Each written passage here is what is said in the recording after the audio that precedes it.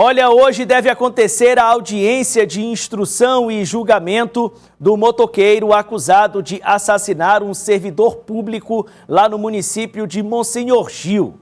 Isso aconteceu no ano passado e Antônio Sérgio de Oliveira Neto, de 65 anos, terminou morrendo quando trafegava de moto pela BR, a rodovia federal, lá em Monsenhor Gil, BR-316, e foi surpreendido, levou um impacto violento de uma outra motocicleta. O piloto empinava moto. Aí você está tendo uma das imagens que foram levantadas à época, o momento em que a vítima cai, é acertada ali e cai no meio da rodovia. O piloto da outra motocicleta estava empinando moto.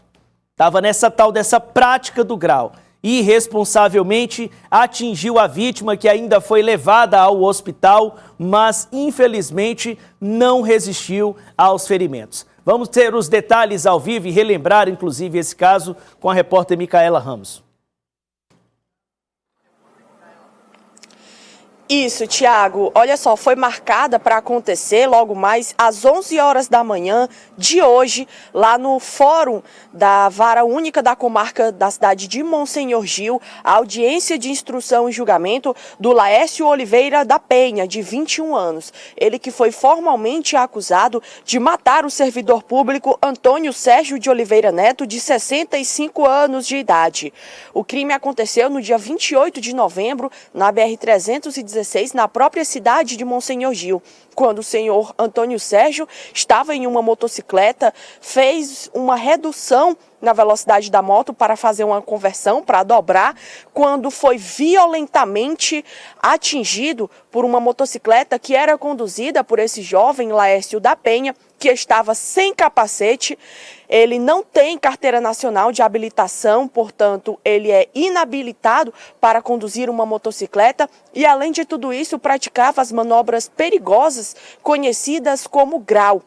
Então ele acabou colidindo contra a moto do senhor Antônio Sérgio. Os dois foram socorridos, mas infelizmente, ainda na madrugada do dia 29 de novembro do ano passado, o senhor Antônio Sérgio não resistiu à gravidade dos ferimentos e acabou morrendo. Enquanto o Laércio também foi socorrido ao hospital, mas foi preso em flagrante, ficou sob custódia da polícia, só que no dia seguinte ele já foi colocado em liberdade mediante a aplicação de algumas medidas cautelares. E aí, Tiago, tem alguns pontos da decisão, dessa audiência de instrução e julgamento que vale a pena a gente ressaltar.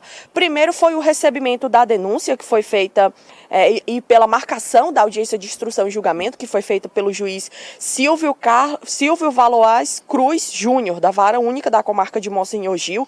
Inclusive, essa audiência de instrução e julgamento vai ser conduzida pelo juiz Silvio Valois Cruz Júnior. E o que é que acontece durante essa audiência de instrução e julgamento? Primeiro, que ela pode acontecer de forma híbrida, com algumas das partes participando presencialmente, enquanto outras partes podem participar por meio de videoconferência, de forma online.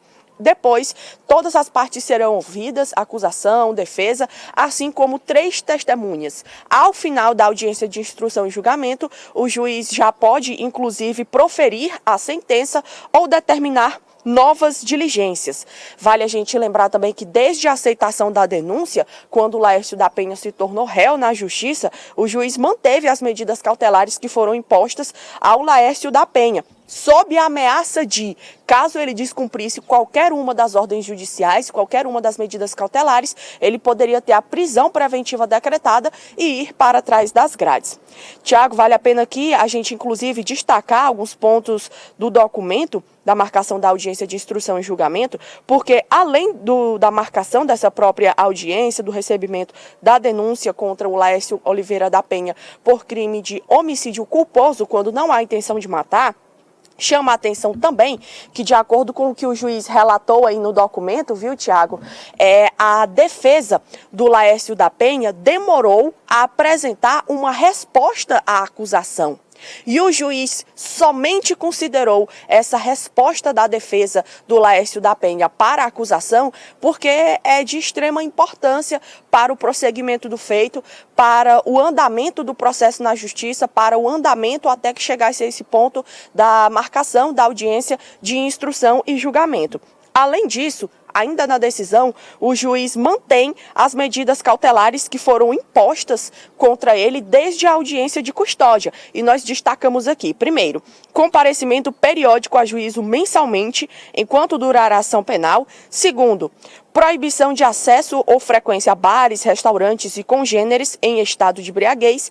Terceiro, proibição de se ausentar da comarca, portanto, Monsenhor Gil, sem autorização do juízo, enquanto durar o processo. Além de, quarto, a monitoração eletrônica, mediante a colocação de tornozeleira eletrônica pelo prazo de 6 meses, a contar do dia 30 de novembro do ano passado. Quinto, recolhimento domiciliar noturno, das 10 horas da noite às 6 horas da manhã do dia seguinte. E fica, então, o acusado cientificado que o descumprimento sem justificativa das obrigações acima expostas acarretará decretação de prisão preventiva. Então, o que é que o juiz determina? Que enquanto durar essa ação penal, enquanto esse processo na justiça transcorrer, o Laércio da Penha, o acusado, é obrigado a cumprir todas essas determinações judiciais que eu acabei de citar, sob pena de, caso de descumprimento, vai ser preso preventivamente. Foi o que determinou o juiz Silvio Valoar Cruz Júnior, da Vara Única da Comarca de Monsenhor Gil, que deve presidir essa audiência de instrução e julgamento que acontece hoje, às 11 horas, lá na Vara Única da Comarca de Monsenhor Gil. Vale a gente relembrar, Tiago, que esse caso tomou grande repercussão no Estado e causou forte comoção, porque todos os corações das pessoas que tiveram acesso a qualquer notícia desse caso se colocaram no lugar, né, Tiago, daquela família que perdeu um servidor público que serviu ao nosso Estado por tantos anos e que, infelizmente, perdeu a vida por pura negligência e imprudência de um jovem de 21 anos que estava sem capacete, não tem CNH e estava praticando manobra conhecida como grau, colocando em risco a própria vida e a de outras pessoas. Isso quem está falando não sou eu, é o próprio delegado que conduziu o inquérito e que concluiu que o acidente foi causado por negligência, por imprudência e que uma vida poderia ter sido poupada, que esse acidente poderia ter sido evitado se o Laércio da Penha tivesse seguido minimamente as regras de trânsito. E aqui fica, eu peço até um espaço aqui, Tiago, também para desejar os pêsames para nossa amiga Caroline Oliveira, ela que é diretora do portal cidadeverde.com, filha do servidor público Antônio Sérgio, que infelizmente tem que conviver sem o pai por conta desse acidente, né? Então fica aqui a nossa manifestação de solidariedade, dos pêsames à Carol, força nesse dia de hoje, e o jornalismo da Cidade Verde vai permanecer acompanhando esse caso para trazer qualquer novidade, qualquer desdobramento aqui na programação da TV Cidade Verde. Tiago. Tá certo, obrigado, Micaela. É por essas e outras que é inaceitável essa prática no meio da rua em ambientes públicos. Você quer fazer grau, você quer fazer manobra com a sua moto, colocando a sua segurança em risco, vá para um ambiente privado com um aparato necessário para você fazer suas coisas lá. Agora, colocar as pessoas aqui fora, o patrimônio das pessoas em risco e a própria vida, não é razoável se aceitar. Por isso, essas operações constantes da Secretaria de Segurança combatendo os tais rolezinhos, aqui em Teresina e em outras partes do Piauí. É uma prática que incomoda pelo extremo barulho. Normalmente usam motocicletas que fazem barulho além do que está estabelecido pela legislação, coloca em risco a vida e a segurança de quem pratica. Vale ressaltar, o Laércio aqui se machucou também, passou vários dias ocupando um leito de hospital, que poderia ser destinado a uma pessoa que estaria chegando ali à unidade hospitalar por não ter dado causa a ela mesma a uma situação, né? Mas ele esteve lá, ficou internado, inclusive, teve fratura de membros, enfim, por conta desse acidente. E aí não há como se mensurar o valor da perca da família, né? De um cidadão que estava passando pela rua e foi colhido violentamente nesse impacto por uma moto em uma manobra perigosa e proibida. Não é razoável compactuar com esse tipo de coisa, precisa ser combatido sim. Nós vamos continuar acompanhando esse caso. Sempre que tivermos novidade, vamos trazer com nossas equipes de reportagem. Obrigado, Micaela.